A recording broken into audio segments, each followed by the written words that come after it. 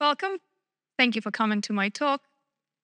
I guess I should start by introducing myself. My name is Nina Rands. Why should you be listening to me and what I have to say? I have been a committee member since 2013. In fact, the first committee meeting I attended was right here in Bristol after one of the ACCUs 11 years ago. It was quite a lot of fun. I somehow stuck around. These days, I'm also the committee secretary, and I am the CC++ Liaison Group Chair. CC++ Liaison Group is a study group that helps facilitate conversations between C and the C++ committee in hope of evolving in as much of a compatible direction as we possibly can. I mean, the two languages do have slightly different approaches to life, so we do have some challenges, but at least we don't want to divert too much. We want to stay compatible, so the group kind of just puts everyone together to talk.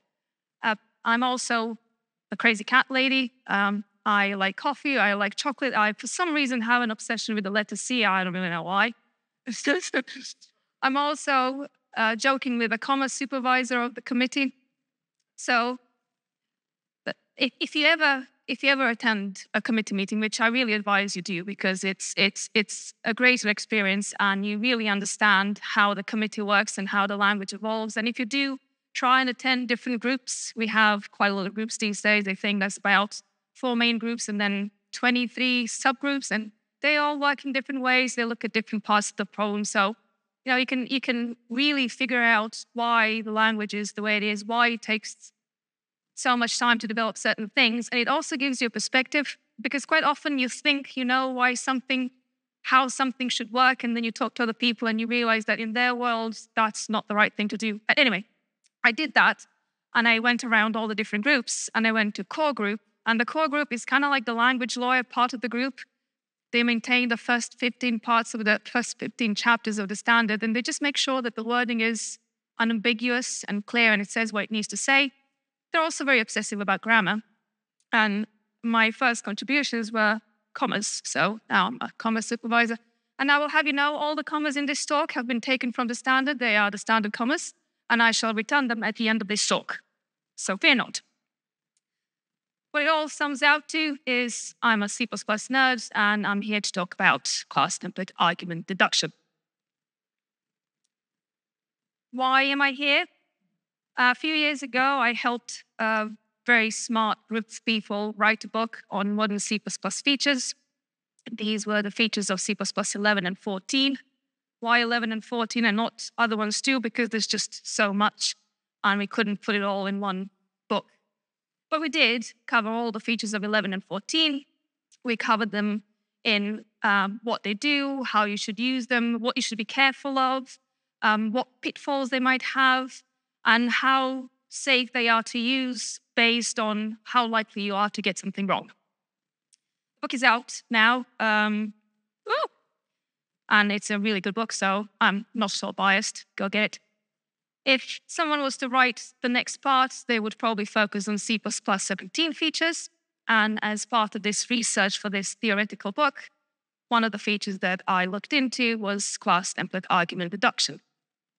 And I realized it would make for a very nice talk, because it doesn't just talk about a feature that I find useful, but it also shows the evolution of the language, and it shows how some problems and contentions are resolved and what one should do when faced with such problems. So, what shall we be talking about today?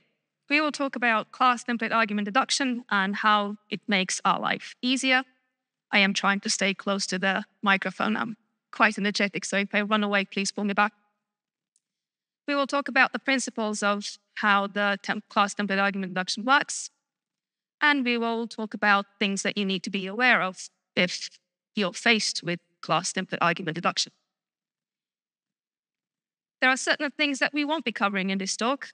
We will not go into in-depth explanation of exactly all the rules that exist in the standard for class template argument deduction or even template argument deduction. These rules are quite complex, and knowing all the little intricacies of all the corner cases It's useful if you're in a core group, but if you're a user of C++, you probably don't have to worry about it. And even if you ever have to worry about it, I hope you're not relying on an ACCU talk to give you the truth.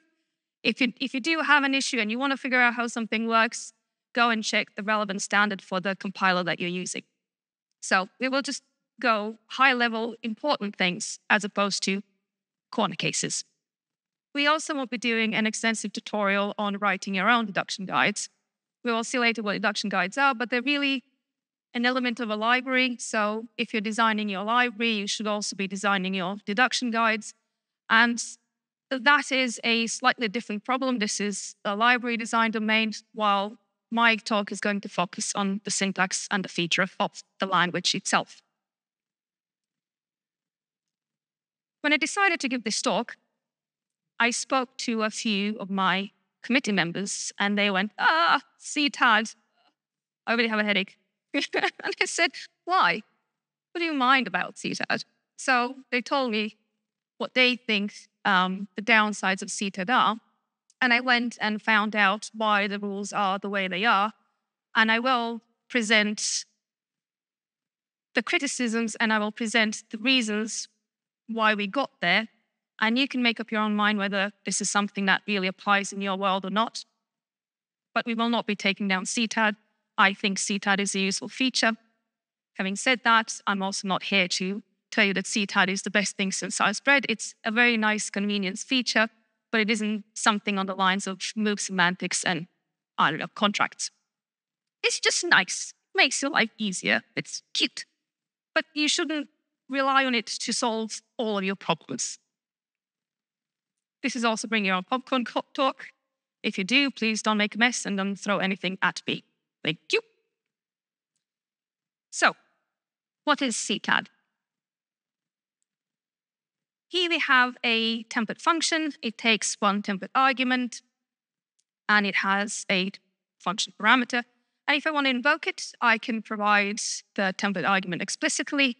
And I say my func event, and that invokes my functive specialization, and it binds the parameter to the literal one. I don't have to specify the template argument. I can just say my func of one, and then the compiler goes away, and it looks at the parameter I provided, and it says, you wanted to invoke the my func int specialization, so I will give you that specialization, and that's what I will invoke. That's called template argument deduction, and we've had it pretty much since forever. You probably intuitively understand how the rules work. It's not magic. It doesn't always work. Here I have my func that takes two template arguments, but only one parameter. So there is no way of deducing the template argument u from an invocation of this function. And so in this case, template argument deduction can't really help you. It also can't help you in certain cases that we call non-deduced contexts. So here, my argument is not actually t, it's a inner type of my template argument t. So if I try and invoke it without explicitly specifying the template arguments, the compiler will say, I'm sorry, can't help you there. It is still helpful. I still use it a lot. In C++, other than template functions, we can also have template classes and template variables, but that's a different story. With our template classes, if we wanted to create an instance of a template class before C++ 17, we had to explicitly provide a template argument, something like this, which would create a myStructInt specialization and then invoke the relevant constructor of it. If I try to not provide the template argument, then the compiler would tell me, nah, sorry, can't do that. Doesn't work with classes. But people are resourceful and people are smart, so they always try and make do with the things that they have and tools that they have. So what library writers used to do is they would write make functions. And they would use the template argument deduction that they had for functions to get the template argument deduction for classes. So they would write something like this. They would call it to make myStruct. They would have the thing, the parameters that they want to match. And then usually the return type would be the deduced class type. And then you could do something like this. Instead of initializing your your object directly, you would call this make function, which would do the template argument deduction, and then using auto types, which again do their own type deduction, you would get an instance of a class template that you wanted. We have this in the library, things like make optional, for example. The thing is, if you wanted to do this for any sort of complex type, you have to provide quite a lot of make functions to match all the ways that you want your user to create the types, which brings a lot of boilerplate codes. And not only that, before C++17, there were also all sorts of issues where you could get into creating unnecessary copies, but that's kind of resolved now because we have obligatory return value optimization. So that's no longer an issue, but you still had to provide a lot of boilerplate code. And why? We have template argument deduction in the standard. Why not just reuse it to get it working for classes? Which is what we did. So in C++17, you can just say my struct and not provide you template argument and have the compiler deduce it for you. And you no longer have to write make my structs. It all just works as is. And life is good. This there is the class template argument deduction, and that's what we will be talking about today. So what do you get with CTAD? Before, if I wanted to create a vector of int, I had to say vector of int, even though I had the initializer that made it pretty obvious that I want a vector of integers. With CTAD, I can just say vector, and the integer part gets deduced for me. It doesn't work just for type arguments. It also works for non-type template arguments. So an array takes two template arguments. One is the value type, one is the length of the array. And with CTAD, I don't have to provide either. I just provide the initializer, and then both the type of my array and the length of the array get deduced from the initializer. Now, these type names are quite short. In real life, we have much longer type names. And you can get into a situation where you have a declaration where majority of declaration is actually the type of the class template. Sorry, the template argument of the class template. You get something like this, where my arguments really take up the majority of the line. With CTAD, I just say pair of these two things. It's really much simpler. A similar thing with iterators, we have auto type deduction for variables where you don't have to specify the type of the variable it gets deduced from the initializer. So I don't really have to think about iterators much. They just come back from my algorithms. I store them in whatever iterator I need to store. Just think about whether it's a const iterator or reverse iterator, whatever. But then if I want to store it in some container, now I have to think about what that iterator is. It's much easier with CTAD. I just say, create me a tuple of this iterator, and again, the type gets deduced for me. There is a really lovely talk by Marshall Clough, who I'm not sure is at this conference this time. He also talked about class template argument deduction, but he had a different approach, and he put class template argument deduction together with all the other deductions that we have now in the standard, including some of the other nice features that we have, and then demonstrated how you can have this jumble of code, and using all the type deductions things that we have in the standard right now, you end up on this really, really succinct piece of code. And all of a sudden, when you take away all this fuzz, you see what the code does, and it becomes much easier to reason about whether it has any issues, whether it has any bugs, and in general, what it does and what it's supposed to do. So I suggest you take a look at that talk. I swear I'm not changing topics. In C++20, we got ranges. Ranges is a new library that helps you manipulate these lightweight objects which represent iterable sequences. And with that, you get a whole set of algorithms and things and types and features to use. But it does require you to start thinking about iterations in a slightly different way. But, we're developers, we're constantly learning new things. So we just go and start playing with something, right? And if I want to get into ranges, I'm going to find something from that range library, like this join view, which CPP reference tells me is a range adapter that represents a view consisting of the sequence obtained from flattening a view of ranges. Now, for someone that's never worked with ranges, I can't really make sense of that sentence, but fear not, I'll just try and see what it does. So I write a piece of code, I write something like this, I have a vector of vints, and then I try and print out this join view. And I get this. Haha, right. I understand what flattening a view of ranges means now. Excellent. I can go and learn something else about ranges. This is quite useful. What isn't obvious is that right there, I have CTAD.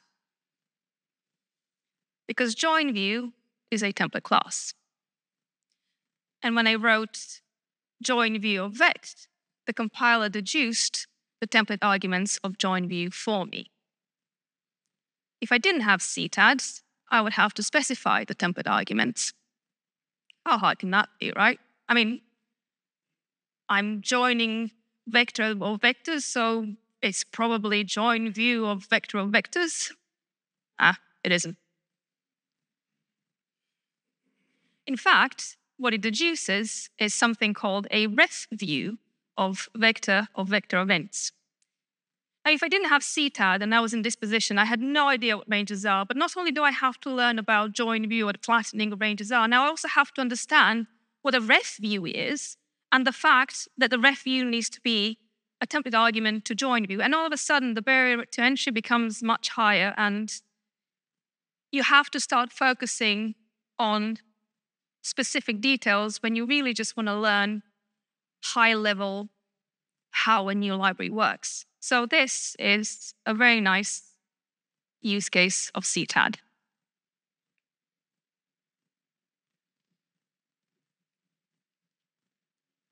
Much like lots of other features in C++, CTAD didn't come in fully baked.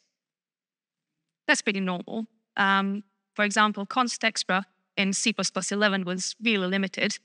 And these days, I spoke to Hana Doshikawa just the other day, and she's experimenting with adding exceptions at compile time. So, sky's the limit. The way it works is we try and find parts of the problem that we know we can solve, and then we solve those. And if there are additional cases that we want to support, we work on those cases, and as they become ready, as we agree on what the right thing is, and as we gain experience on what the user wants, we add more and more things to each feature.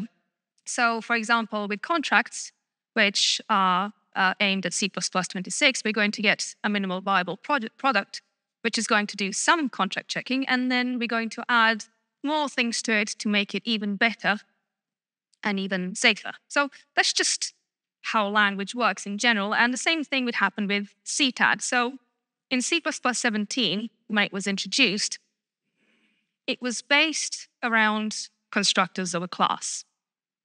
Now we have two types of classes when it comes to initialization in this way.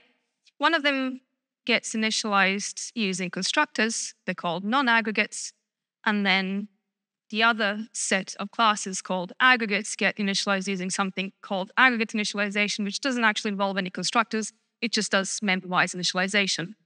In fact, last year at ACCU, I gave a talk about all these special types in C++ that give you different provisions depending on what your class does, that you can do certain funky things, and one of them was aggregates. Now, aggregates do allow you things and provisions that non-aggregates can't do, but in C++17, you couldn't get CTAD with them.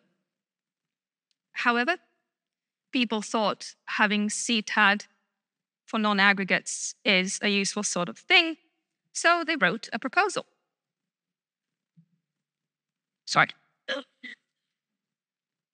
In fact, I see one of the authors of this proposal right here in the room, Dima. And they wrote P1021, which you can go and read, that extends CTAD support to also include support for aggregates, as in types that are not initialized using a constructor. So I can write something like this, aggregate B of 1, and then I can get deduce that T is an integer and my team member gets initialized to 1. Not only did we get support for aggregates in C++20, we also got support for alias templates. So you can do something like this, and then even for my alias template arguments, you can get deduction there too. There was another part of that paper that didn't make it into C++20, but has made it into C++23, and that's support for inherited constructors. So here I have, here I have a typo, which everybody will ignore. I have a base, which is a template class. It has some constructors. And then I have a derived class that inherits from base. And I have inherited constructors from base. I introduced them. However, my derived class doesn't actually have any of the declared constructors itself. However, in C++23, if I try and initialize my derived like this, it will look even into the constructors of the base class to get me the class template argument deduction. And I get a deduction of derived of int. So where does it work? It works in all sorts of cases. It works in copy initialization like in X1. It works in direct initialization like with X2. It even sometimes works if you don't have an initializer. So in X3, because I have a default template argument of int, I can deduce the default template argument and get that case working too. It also works in new expressions. It works in function style casts, and this is, again, a very common use of CTAD. Instead of saying which type of mutex I'm creating a lot guard for, I can just say lot guard of mutex, and the type gets deduced for me. Where it doesn't work is pointer types. It doesn't work in reference types. And it doesn't work with arrays, which is a bit of a shame because technically array is an aggregate, but it doesn't work. In general, it doesn't work with built-in types. You can kind of get away by using the auto-type deduction to get some cases working without having to specify the type. And despite the fact that my slide says not CTAD in the first one, you do actually have CTAD on the right-hand side when you say new S. There's a type deduction happening there. But you don't get CTAD for the type of the pointer. It's not really the same thing as using CTAD. You do lose some information. It won't work in all the cases where CTAD might work. But you can't do that for arrays at all. For arrays, you simply have to specify the value type. I'm not sure this is an unsolvable problem. I think this might be possible to solve. We just didn't. Nobody sat down, researched it, found the rules that would need to be made in order for this to work, and then hopefully implement it, bring it to the committee and have us all discuss whether this is a good idea or not. So we don't have it, but I don't know, maybe someone will. Maybe we will have this in a few years' time. Maybe somebody in this group will go away and say, oh, this is an interesting problem to solve. I'll do this. But this is where we are. In C++20, we also got something called a structural type. Again, one of the types that I did cover last year. And just to sum up, structural type is a type that you can use as a non-type template argument. It does need to satisfy a few rules. You need to be able to create it at compile time, meaning that it needs to have const extra constructors.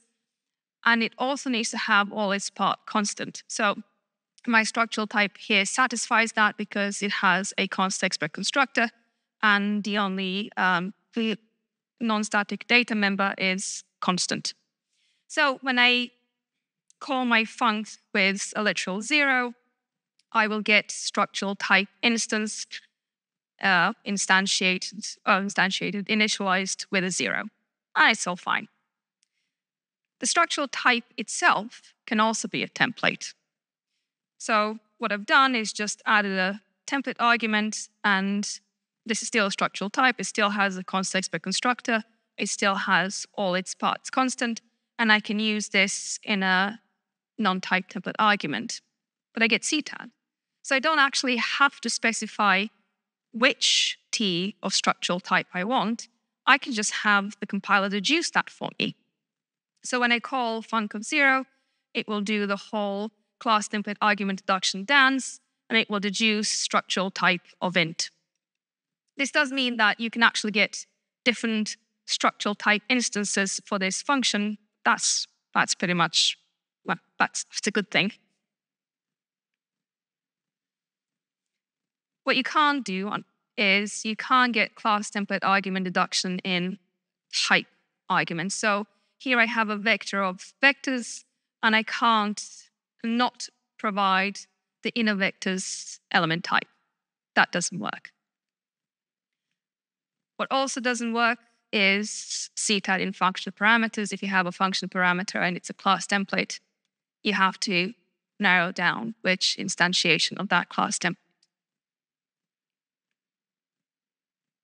Okay. At one of these talks, I was drinking an energy drink and I spilled it over my laptop. So now I have to be extra careful. Didn't make my laptop work any faster, unfortunately. So, CTAD, how does it work? Let's just walk through an example. I have a structure that's a template type. It has two constructors, one taking a const t ref and one taking an optional of t. And then I write something like s variable x, initialize it with 1. When I do that, the compiler goes away and creates a set of notional template functions, which I will call deduce s here. And they are based on the constructors of the primary class template. The primary bit is relevant. And then when I have this set of notional template functions, I use the template argument deduction that I have functions to deduce the t. Then I substitute that t back into my statement, and I initialize an object of the instance that I have created. Now you will note the stars here. These stars mean that I've lied to you. It's a minor lie, and by the end of the lecture, we will see the truth. But this is a very useful way of looking at CTAD when you're just starting to understand CTAD. So what does that mean? I see an initialization like this, sx equals 1. My compiler creates notional template functions based on the constructors of the class. So I have one that's based on the constructor that takes const t ref. It returns s of t. And the second one takes an optional of t and returns s of t. S of t is kind of a default thing that you deduce. And then when it has those two functions, it tries to deduce t from invocation of those deduce s with 1. This will do the function template argument deduction. I will get t to be int. Then it will substitute that int back into the declaration to say s of int x equals 1, and then it will initialize an object of that instance. The thing to note here is these are two steps. One is deduce template arguments, and then the second one is initialize an instance of the deduced template argument instantiation. The reason I say that is, if you remember just a while ago, I said that these notional function templates are made based on the constructors of the primary class template. It does mean that if you have a specialization with different constructors, then you may possibly hit a specialization when you deduce the type, and then your initializer will be looking in a completely different set of constructors. This may be a good thing, this may be what you want, but it also may be something that you don't want, so it's just worth keeping in mind. These deduce S notional functions are called deduction guides. And they don't actually exist as deduce S. I just made up that name. They do exist, and we do need to be able to differentiate them from some template functions that the user writes. So they have a slightly different syntax. And this is a syntax of a deduction guide. You have a template header, which is optional.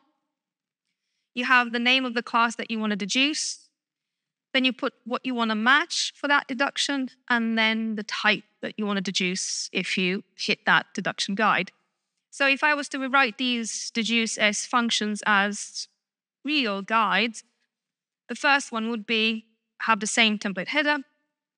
It's the class S that I want to deduce. I want to match const t ref, and if I do, I will deduce S of t. And the second one would look again the same. I have the same header. I have class S. I want to match optional t, and I want to deduce S of t. Those are called implicit deduction guides. These implicit deduction guides work with all sorts of things. So here I have almost the same example, but I have a default template argument. So the default template argument is also reflected in my guides here. I can also have variadic template arguments. Those variadic template arguments are also reflected in my deduction guide, both in the template arguments and in the parameters. I can also have template constructors. And if I have template constructors, then the template arguments of my template constructor are added after the template arguments of the class. And again, I have the same parameters at my template constructor. And I deduce S of t. It's always S of t for implicit deduction guides. It works with concepts too. So if I have a concept, be it in the class or in the constructor, that also gets added to my deduction guides. So my deduction guides are constrained just like the initialization would be. But just like function template argument deduction, this is not magic. It doesn't always work, for the same reason that the template argument deduction doesn't always work. For example, here, I have a template constructor that takes a const u ref, but from the invocation of that constructor, I can't actually deduce t. So this implicit deduction guide will not help. Similarly, if I have some sort of non-deduced context, like here where I have the parameter that's not actually the type that I'm taking, but some sort of inner type, that's reflected in the guide, but I expand my t's just so you can see what's going on. And again, this is a non-deduced context, and CTAD just can't do anything with this, just like it wouldn't be able to do that with function template arguments. Other than the deduction guides that are based on the constructed class, on the constructors of the class, we also have two other types of implicit deduction guides. One is a conditional deduction guide that you get if your class doesn't have a definition or it doesn't declare any constructors, and it imitates a default constructor. It looks like this. So I get my default template arguments in my template header. I get S of nothing because that's the default constructor, and I deduce S of t. And it can be useful because sometimes you might have your primary template not meant to be instantiated. You only have a specialization that's meant to be used.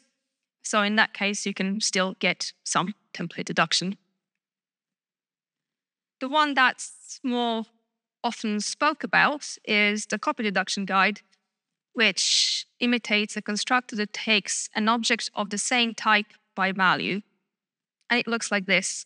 It has the same header as the class template, and then it takes the type that it's trying to instantiate, and then ST as the deduced type. So if I'm to plug those deduction guides, those additional ones into my example, we can see the full set now. We have the two deduction guides that are based on the constructors of the primary class template, the const ref and the optional t. I don't get the conditional one because I have declared some constructors, so that one doesn't kick in. but the copy deduction guide does.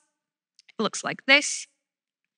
And then if I try to initialize an instance of S with 1, the second one won't kick in because it's not an optional. The third one doesn't kick in because I'm not initializing with an object of S, but the first one does, and I get deduction of int.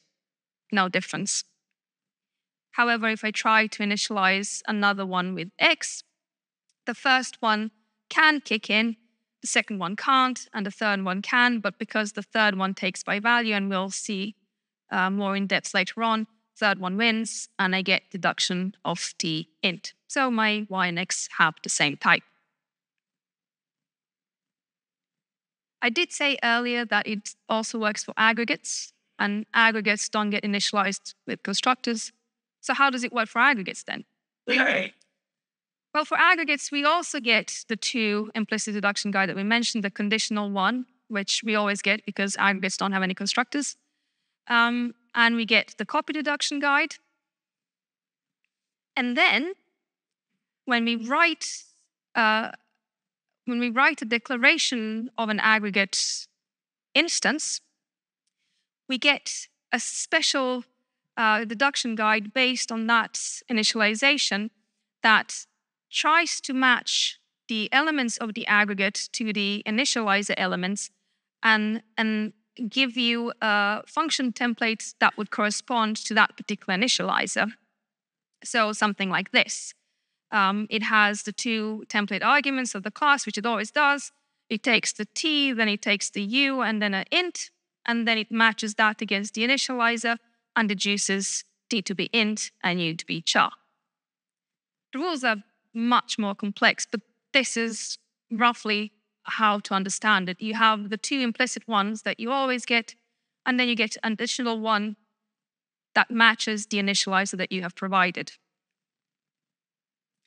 Again, it's not super power. I mean, it's not magic. So if you provide an initializer that only has one element and you have two things that you need to deduce, you will get this deduction guide that imitates your initializer, and you can't deduce u from that. But like that's just life. If you don't provide something to deduce from, you can't deduce it. So here I would get a deduction failure. Now, other than the implicit deduction guides that you get, you can write your own. You're not limited just to the implicit ones. And here is one of the reasons why you would want to do that. So if I take something like a vector, a very, very simplified vector, I would have a constructor that takes two input iterators, one to the first, one to the last element, and I want to create a vector from it. The deduction guide that I get for that specific constructor has the template argument of the class, followed by the template argument of the constructor. It has the signature of the constructor, and it deduces vector of t. If you remember, this is one of those cases when we couldn't do the template argument deduction even with functions, so this deduction guide can't help us.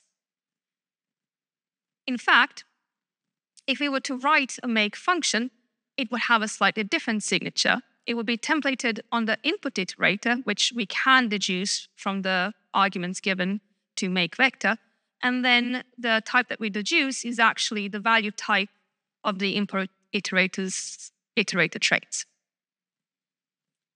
That's what we want in our deduction guide. So that's what we write. Instead of calling it make vector, we just say vector. We have what we want to match, which are the two input iterators, and then we have the type that we want to deduce. And this is our user-defined deduction guide.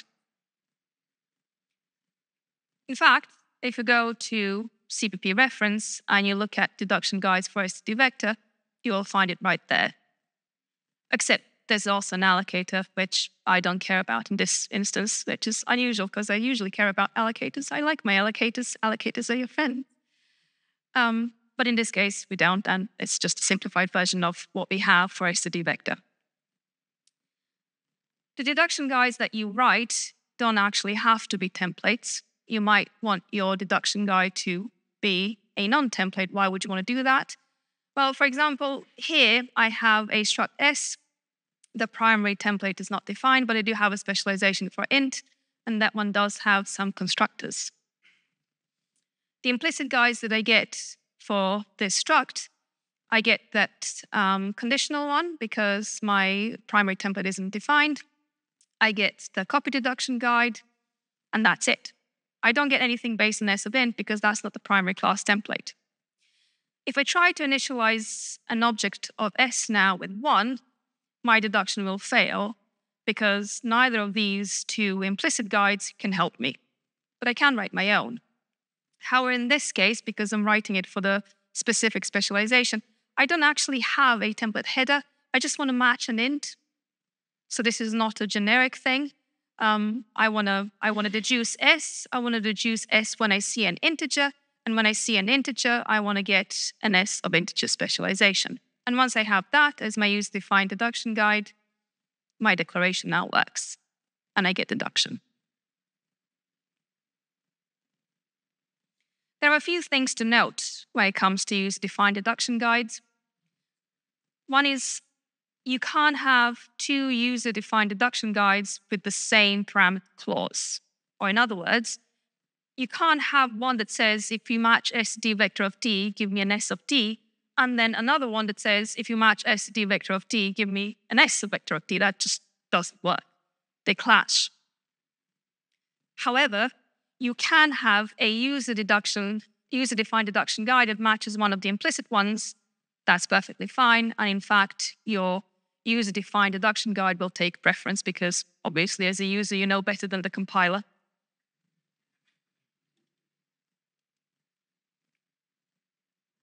The second thing is, don't define deduction guides for classes that you don't own. That is always a bad idea. It is not how the author of that class meant to do, and not only that, you can get all sorts of undefined behavior. You have different deduction guides in different places, and you do different things in different places. Just don't do that. In fact, in standard, we have a sentence that says, the behavior of a C++ program is undefined if it declares a deduction guide for any standard library class template. So stay away from classes that are not your own. And the third thing to note is that if you provide a user-defined guides for an aggregate, you will disable the generation of that additional implicit guide. So what does that mean? Let's go back to our aggregate. It's the same aggregate we had in the previous example. It takes 2 template arguments. It has 4 elements.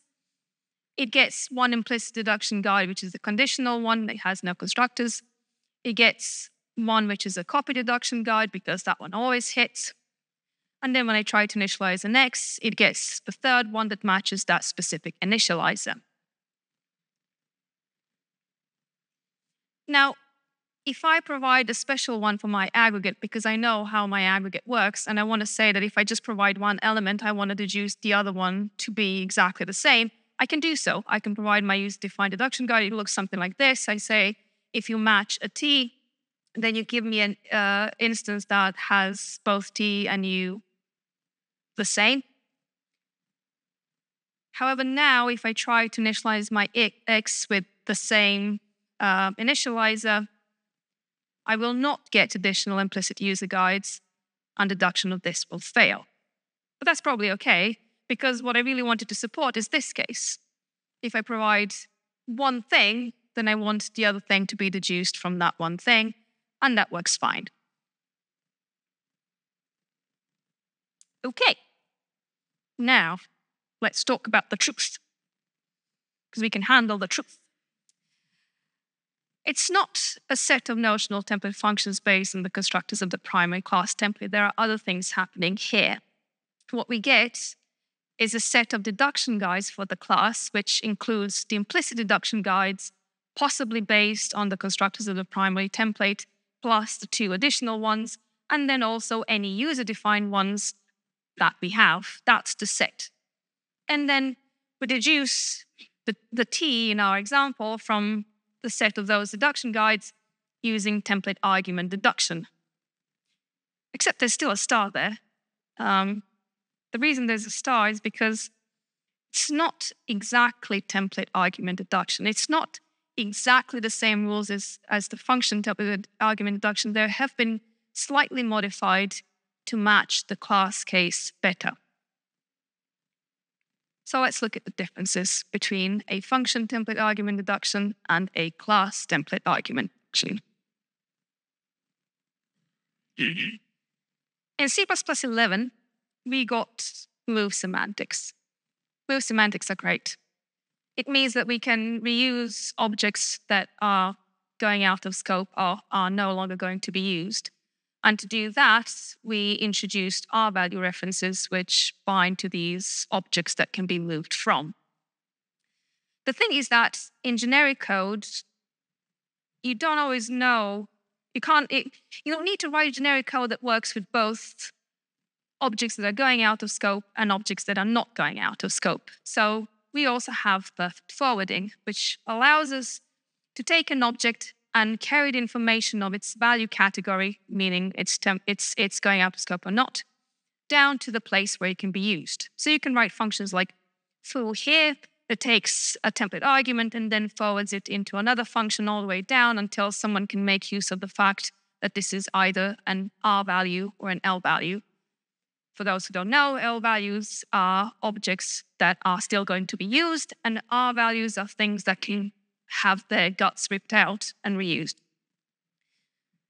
The way it kind of works is that if I try and invoke my function foo with an L value I, the compiler will say, aha, you're trying to match against an L value, and I will go down this special route and I will put a reference to the type that I deduce. So instead of deducing t to be an int, in this specific case, because I'm calling it with an L value, I will deduce int ref. And then when I substitute the int ref into tref, which is the signature of the function, I will get reference collapsing rules, and the resulting signature will be int ref. And I can bind that to L value, and I have kept information about what it is that I'm carrying.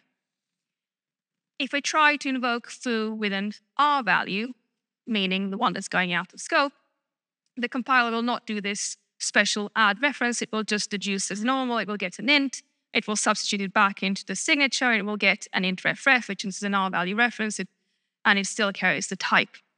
This tref, where t is a function template argument, is also sometimes referred to as the forwarding reference.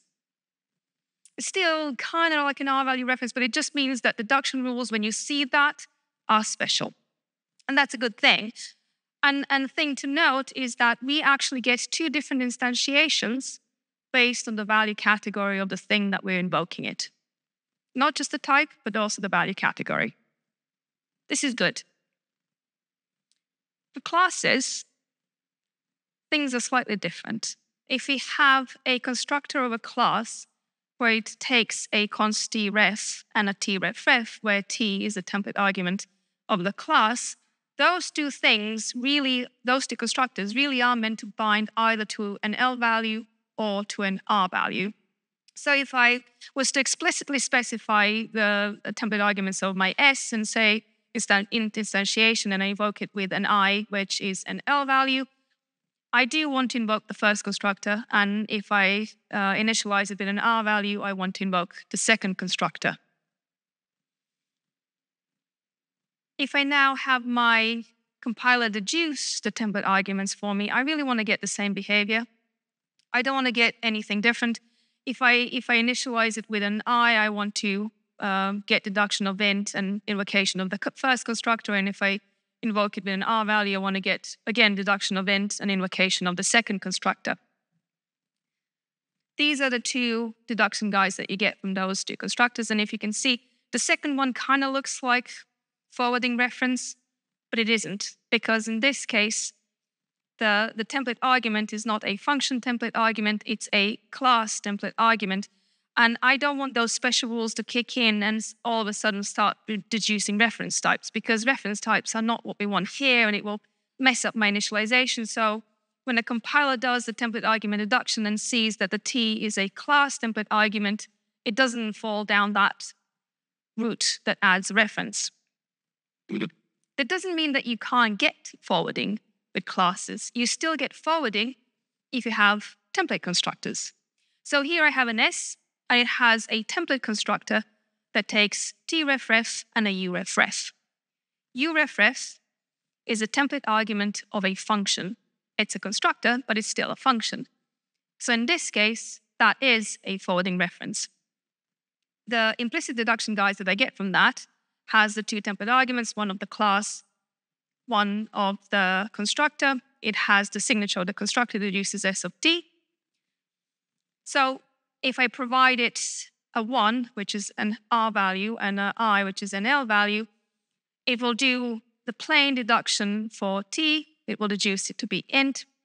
And then for u, it will deduce it to be int ref. And it will invoke the constructor, and it will all be fine. If I provided two R values, the first one will deduce t to be int. The second one will deduce u to be int. And again, I can instantiate this. It works just fine. However, because trefref, like we said, is not actually a forwarding reference, it really is meant to be an R value reference. It's only meant to bind to R values. If I try and instantiate my class with an L value of I will get an error. And this is as intended. This is what the user should want in this case. The other difference between function template arguments and class template arguments is that class template arguments are all or nothing. So here I have a function template and a class template. They both have two template arguments. And if I want to invoke foo with no explicit template arguments at all, I can do that. I will deduce t and I will deduce u. But I may want to just deduce u and explicitly specify t. I can do that too. I provide int for t, and I let the compiler deduce u. This can be useful if, for example, you always want to force the first argument to be an integer, because you can possibly get a conversion there in this case. So this is a good thing, and we do make use of it sometimes. If you have a class and you don't provide any template arguments, and you can deduce them from the initializer, you get the deduction as normal. However, if you try and provide one and have the other one deduced, this doesn't work. Because as soon as you provide one, you disable class template arguments deduction. And in fact, if you go onto Google, this is one of the main criticisms of CTAD, and people are saying, oh, why is this not working? I want this to work. And Timur, being the hero that he is, wrote a proposal to make this work. And then we discussed it, and we realized that, well, the problem isn't that simple to solve. When you start looking into different use cases, you realize that it really isn't all that obvious what a partial class template argument deduction should do.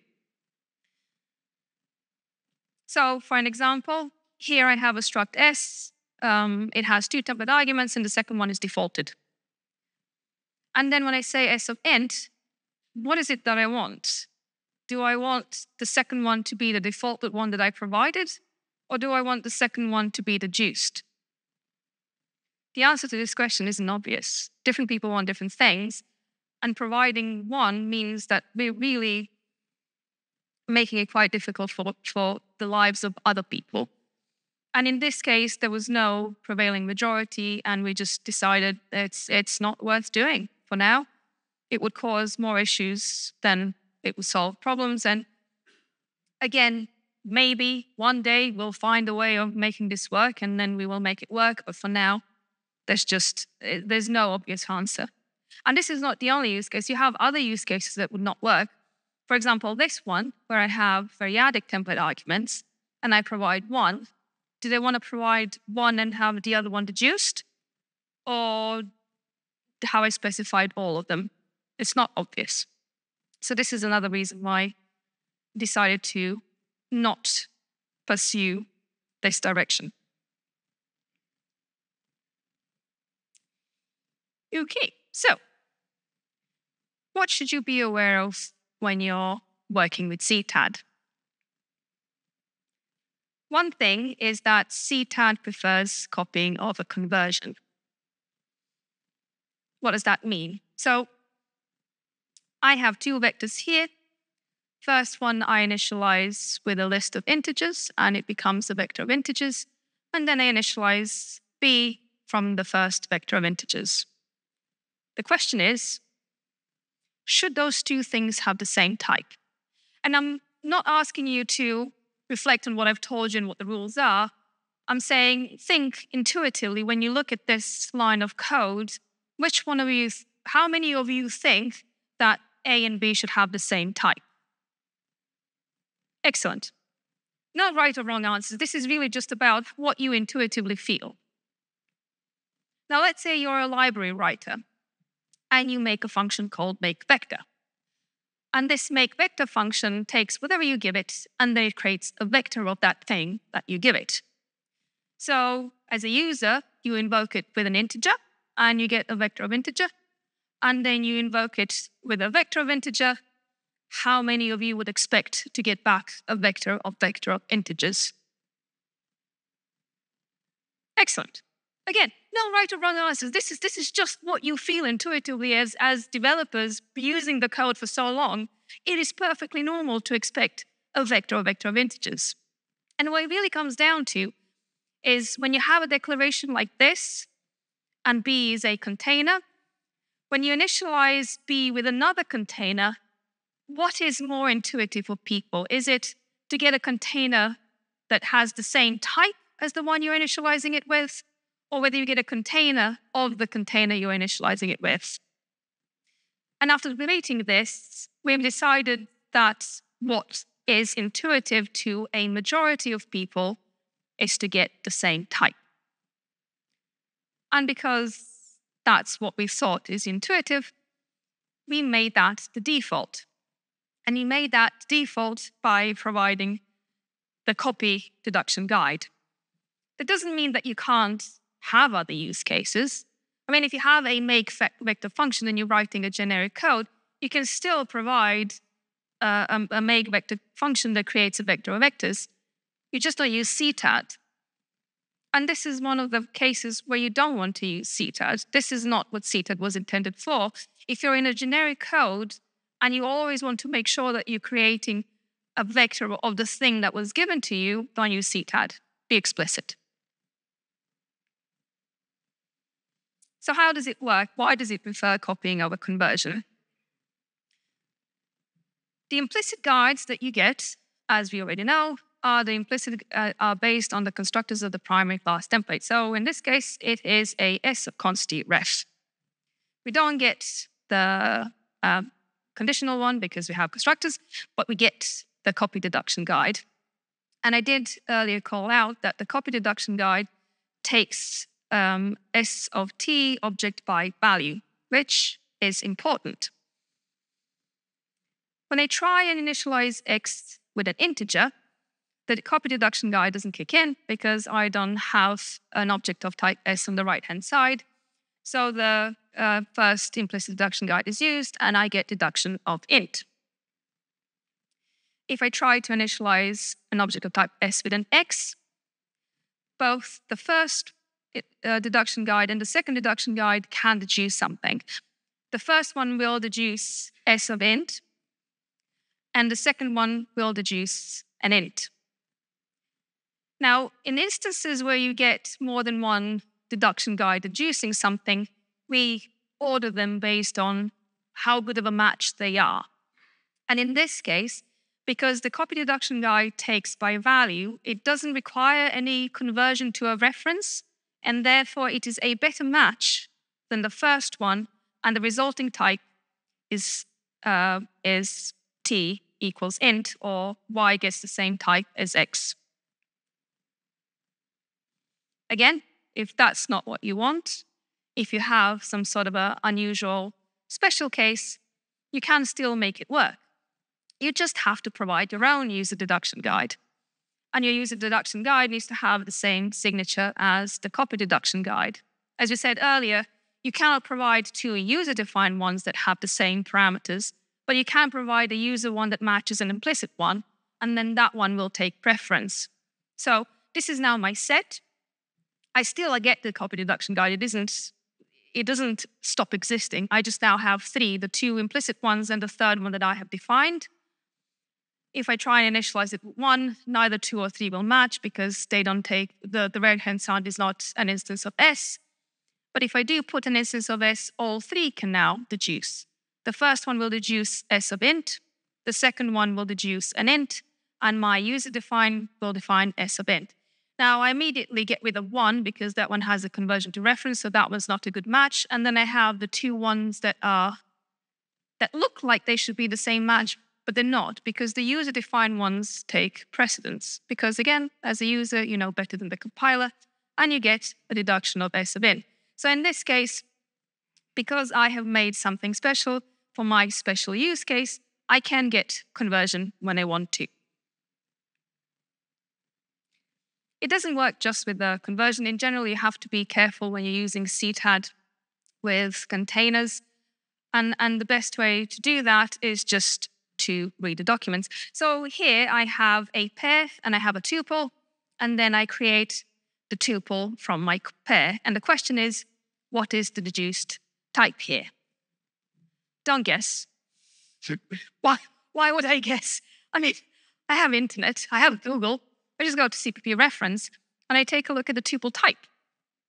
And the CPP reference tells me, well, you do have special constructors that take a pair. And I can even read what those constructors do.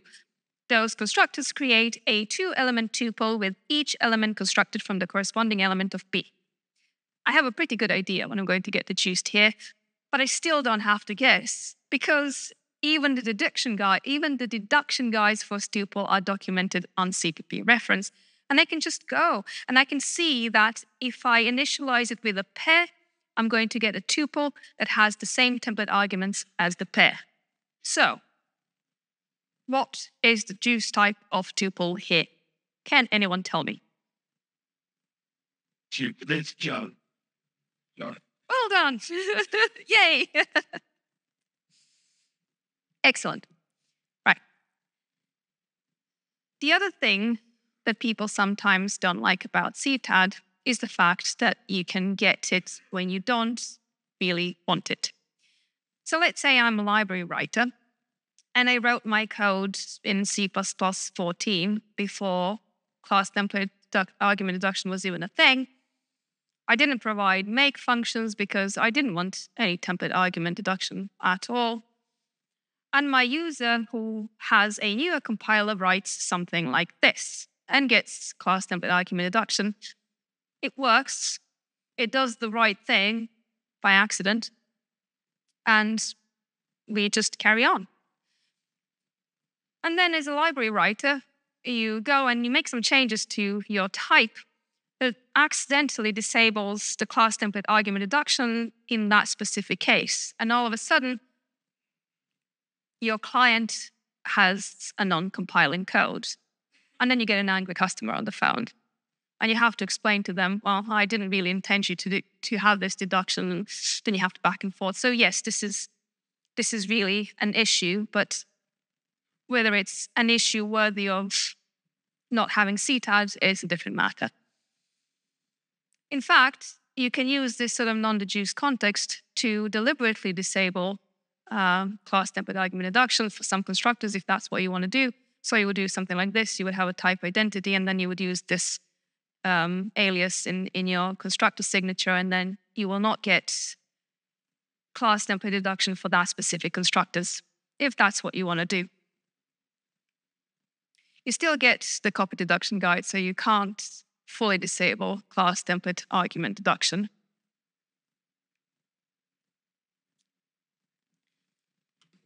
I've put this here as a question to CTAD or not to CTAD because sometimes people discuss whether they should be using it or not.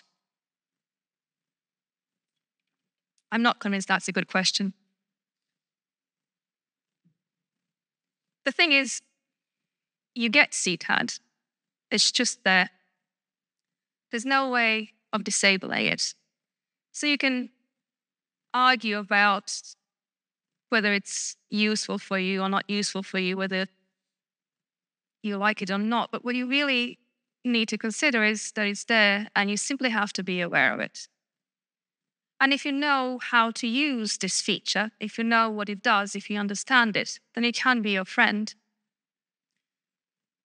But all it needs is getting familiar with it.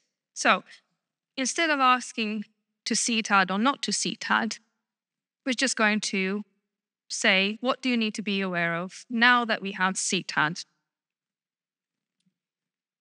If you're a user of a library, there will almost certainly be times where CTAD will be of great help to you, almost certainly. But it is not magic. Just like function template argument deduction isn't magic, there are certain cases where CTAD just can't work. Also, if you're writing a generic code, be careful. If you know exactly what the template arguments should be and you're writing generic code and you can get any sort of thing, just be explicit. Don't rely on CTAD. This is not the place to use CTAD. Similarly, if you're working with containers and you're converting between different containers, check the documentation. Make sure that you're doing the right thing. Test your code to know that you're doing the right thing. And if you don't, then talk to your library providers. Don't write your own guides. That will not end well. If you're a library, you, again, can't prevent your users from getting deduction. You just can't. There will always be at least the copy deduction guide and possibly the conditional ones. So what you have to do is just test your code with the deduction guides in mind. Make sure that the deduction that your user is getting is a deduction that you want them to get. If it isn't, provide additional. Provide the ones that you do want your users to get. You can also consider whether you want to disable some of them for certain constructors, if that's the best thing. But whatever you do, just write the guides that you need, test your deduction, and most importantly, document your decisions so the users that are using your library see how they should be using it and whether what they have is correct. And we get to Q&A because I have been high on caffeine and rushed through my slides. So, does anyone have any questions? Please,